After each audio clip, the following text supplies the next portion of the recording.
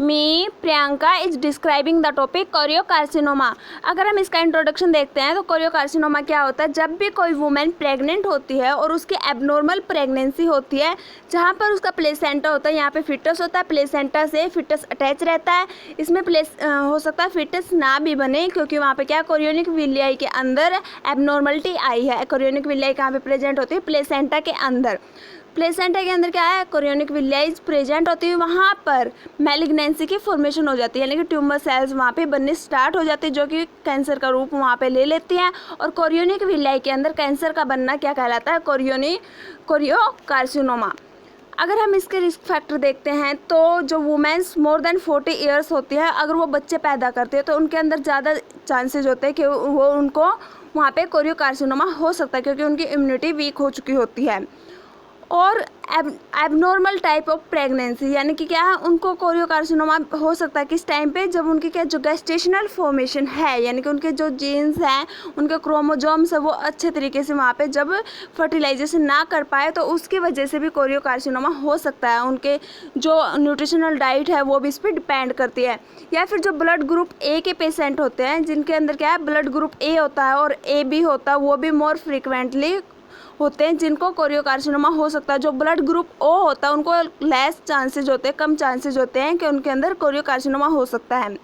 Generally अगर हम देखते हैं तो इसके जो मेनली इवेंट्स होते हैं वो कि अगर किसी को हाइड्रेटिडिफॉर्म मोल है, यानी कि वो पार्शियली और कंप्लीट, मैंने ये आपको कल वाली वीडियो में बताया था, या फिर किसी को एबॉर्शन हुआ है, या फिर लॉन्ग टर्म गेस्टेशनल है, तो उन सबको भी कोरियोकार्सिनोमा होने के ज़्यादा चांसेस होते हैं। लेकिन कम ही ऐसे चांसेस होते हैं जिनमें क्या नॉर्मली तरीके से उनको कोरियोकार्सिनोमा हो सकता है। बाकी सब तो क्या है सेकेंडरी ही होता है एक तरह से। वहाँ पे पहले से उसको या तो हाइड्रेटिडिफॉर्म मोल मिलेगा, या उसका पहले एबॉर्शन हो चुका होगा, या फिर कोई और दिक्कत उसके वहाँ पे रही होगी जिसकी वजह से उसको कोरियोकार्सिनोमा हो सकता है। उसके बाद है, अगर हम कोरियोकार्सिनोमा देखते हैं तो इसके अंदर क्या होता है, जो कोरियोनिक विलियाई होती है वहाँ पे मैलिग्नेंट ट्यूमर्स की फॉर्मेशन होना क्या कहलाता है, कोरियोनिक कार्सिनोमा। जो कि कहा वहाँ पे कोरियोनिक एपिथेलियम है, कोरियोनिक विलियाई क्या वहाँ पे टिश्यूज प्रेजेंट है, वहाँ पे ट्यूमर सेल्स की ग्रोथ होना ही क्या कहलाता है, कोरियोनिक कार्सिनोमा। जो 50% केसेज होते हैं उनके अंदर मेनली क्या मोलर प्रेगनेंसी देखी जाती है, वही हाइड्रेटिडिफॉर्म प्रेगनेंसी वहाँ पे देखी जाती है। और हाइड्रेटिडिफॉर्म प्रेगनेंसी की वजह से ही वहाँ पे कोरियोकार्सिनोमा होता है। हाइड्रेटिडिफॉर्म प्रेगनेंसी के अंदर क्या होता है, जो भी उसका यूट्रस होता है वहाँ पे क्या है, जो भी उसका प्लेसेंटा होता है वहाँ पे मोलर प्रेगनेंसी होती है, यानी कि ग्रेप लाइक बंच वहाँ पे बन जाते हैं और फ्लूइड से वो फिल्ड रहते हैं। वहाँ पे बच्चा ग्रो नहीं कर पाता अगर कंप्लीट है, अगर पार्शियली है तो वहाँ पे बच्चा डेवलप होगा लेकिन वो सर्वाइव नहीं कर पाएगा। ये वाली बातें मैंने आपको कल वाली वीडियो में भी बताई थी। और उसके बाद क्या 50% तो हमारे किसके चांसेस होते हैं, मोलर प्रेगनेंसी की वजह से कोरियोकार्सिनोमा होने के चांसेस होते हैं। उसके बाद अगर हम 30% देखते हैं तो एक्टोपिक प्रेगनेंसी की वजह से भी कोरियोकार्सिनोमा हो सकता है। एक्टोपिक प्रेगनेंसी के अंदर क्या होता है, जो बच्चा होता है वो यूट्रस में डेवलप ना होके कहीं दूसरे पार्ट में, यानी कि आउटसाइड फ्रॉम द यूट्रस, अगर वो वहाँ पे फर्टिलाइज होता है जैसे फैलोपियन ट्यूब में या फिर कहीं और, अगर बच्चा वहाँ पे ग्रो करता है यानी वहाँ पे फर्टिलाइजेशन अक्कर होता है, तो उसको हम एक्टोपिक प्रेगनेंसी कहते हैं। और उसकी वजह से भी कोरियोकार्सिनोमा होने के ज़्यादा चांसेस होते हैं, 30% ऐसे होते हैं। और 20% जो होते हैं वो क्या नॉर्मल प्रेगनेंसी के अंदर चांसेस होते हैं कि उनको कोरियोकार्सिनोमा हो सकता है। उसके बाद है, मैंने यहाँ पे आपको स्ट्रक्चर दिखा रखा है कि कोरियोनिक विलियाई क्या होती है। यहाँ पे ये प्लेसेंटा का ये एक पार्ट है, मैंने ये आपको माइक्रोस्कोप के लिए अच्छे तरीके से यहाँ पे डिफाइन करके खोल के दिखा रखा है। तो इसमें क्या है, जो प्लेसेंटा होता है वो नॉर्मल इस तरह से होता है, बच्चे से अटैच होता है, और यहाँ से क्या है, यहाँ पे फिटस होता है और ये क्या इससे अटैच है, जिसके थ्रू बच्चा जो वो ऑक्सीजन और न्यूट्रिशन की सप्लाई लेता है। और यहाँ पे क्या है, जो प्लेसेंटा होता है उसके अंदर क्या है कोरियोनिक विलियाई होती है। ये वाला पार्ट मैंने आपको यहाँ पे दिखा रखा है। और कोरियोनिक विलियाई इस तरह से होती है, जब यहाँ पे इन सेल्स के अंदर ट्यूमर सेल्स की ग्रोथ होती है, मैलिग्नेंसी यहाँ पे बनती है, तो उसको कोरियोनिक कार्सिनोमा बोलते हैं।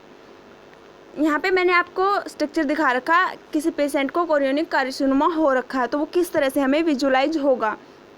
इसके अंदर क्या होता है, ट्रोपोब्लास्टिक सेल्स, यानी कि जो ट्रोपोब्लास्टिक ट्यूमर सेल्स है वो अराइज होंगी।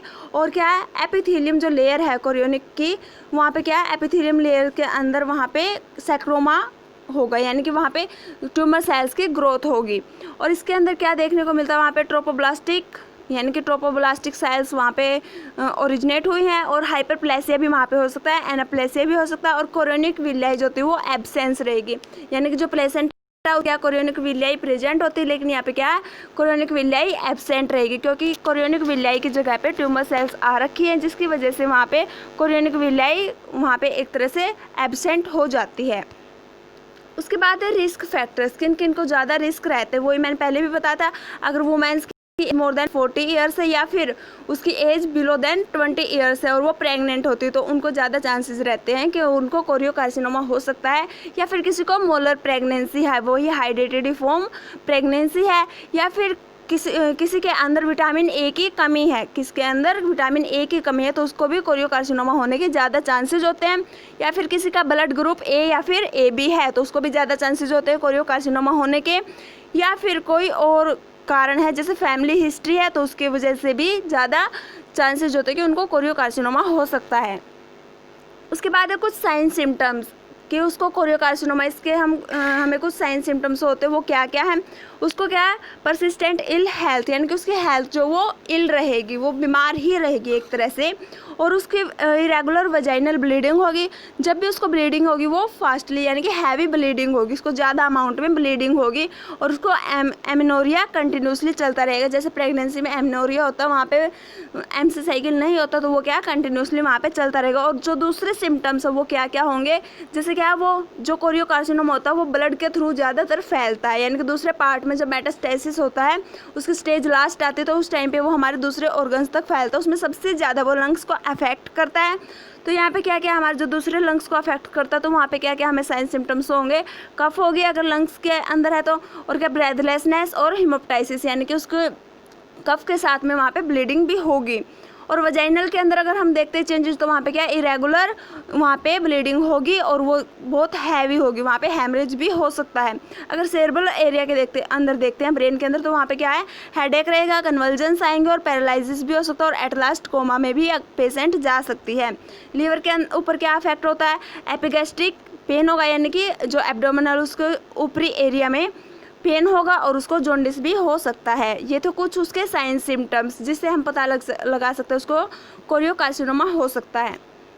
उसके बाद अगर हम इसकी पैथोलॉजी देखते हैं तो पैथोलॉजी के अंदर क्या कहता है कि जो इसका यूट्रस होता है वो कुछ इस तरह से दिखता है, उसके अंदर मोलर प्रेगनेंसी की तरह ही यहाँ पे भी उसके प्रेजेंसेशन वहाँ पे दिखेगी, जैसे मोलर प्रेगनेंसी में होता है वैसे ही यहाँ पे भी शो होता है। यहाँ पे भी क्या ग्रेप लाइक क्लस्टर फॉर्मेशन वहाँ पे हो जाती है और उसके अंदर भी फ्लूइड पाया जाता है, ठीक है। यहाँ पे भी क्या है ग्रेप लाइक वेसिकल्स वहाँ पे मिलेंगे, यानी कि जो क्या ग्रेप लाइक बंच वहाँ पे बनेगा और उसके अंदर फ्लूइड मिलेगा, उसका साइज छोटा बड़ा हो सकता है।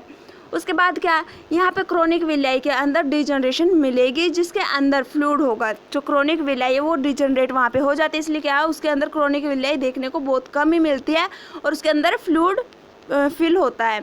और यहाँ पे क्या वेस्कुलरेशन ऑफ कोरियोनिक विलियाई नहीं मिलती, जिसकी वजह से जो एम्ब्रियो होता है यानी कि फिटस होता है उसकी डेथ हो जाती है। देखो जो भी फिटस है यहाँ पे प्लेसेंटा है, प्लेसेंटा से अटैच क्या है यहाँ पे फिटस है, और जब प्लेसेंटा से वहाँ पे वेस्कुलराइजेशन नहीं होगी यानी कि ब्लड वेसल्स फिटस तक ऑक्सीजन और न्यूट्रिशन की सप्लाई नहीं कर पाएंगे तो उसकी वजह से क्या होगा जो फिटस है उसकी डेथ हो जाएगी, और वहाँ पे क्या है एम्ब्रियो यानी कि वो एम्ब्रियो है तो उसकी वहाँ पे डेथ हो जाती है, फिटस बोलो या फिर एम्ब्रियो उसकी डेथ हो जाती है क्योंकि वहाँ से उसको सप्लाई नहीं मिल रही।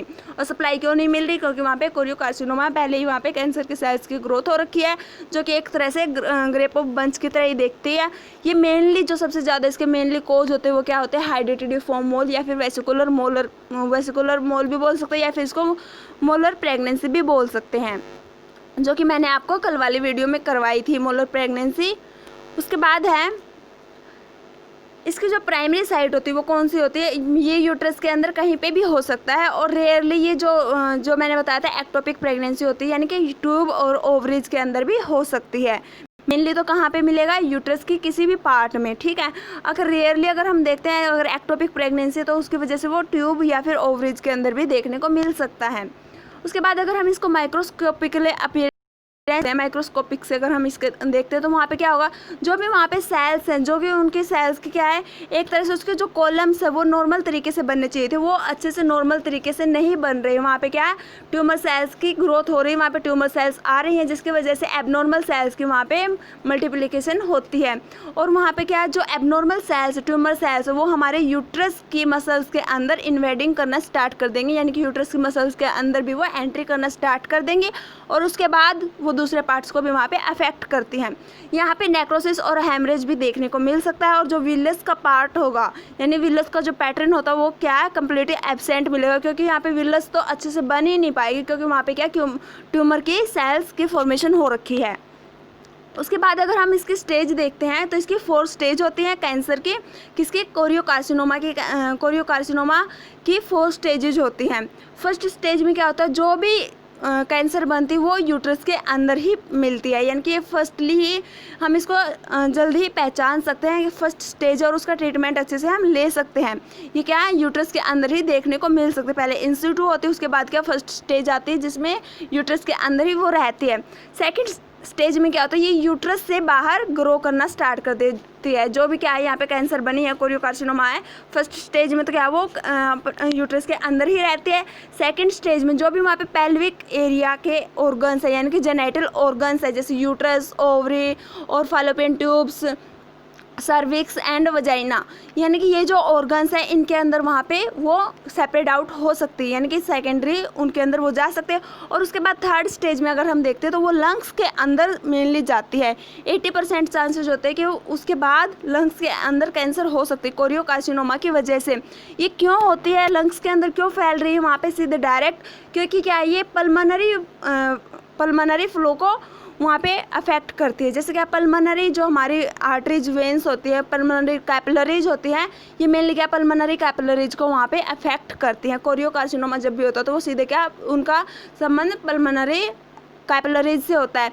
और पल्मोनरी कैपिलरीज कहाँ पे प्रेजेंट होती है, लंग्स के अंदर प्रेजेंट होती है। जब भी ये ब्लड के थ्रू फैलती है तो ब्लड के थ्रू ये सीधे क्या सबसे पहले लंग्स को अफेक्ट करेंगे। देखो यहाँ से क्या जो भी हमारी वेंस है वो कहाँ पे गई, हमारी लंग्स के अंदर। जो वुमेन होती है उसके क्या लंग्स के अंदर जाती है, हार्ट में जाती है, और हार्ट से कहाँ पे जाती है, पल्मोनरी आर्टरी, और पल्मोनरी आर्टरी से फिर ब्लड कहाँ पे जाता है, लंग्स के अंदर। और लंग्स के अंदर वो मेनली किसको अफेक्ट करते हैं, पल्मोनरी आर्टरी, वेंस और कैपिलरीज को। सबसे वीक क्या वहाँ पे कैपिलरीज, तो कैपिलरीज कहाँ पे प्रेजेंट है, लंग्स के अंदर।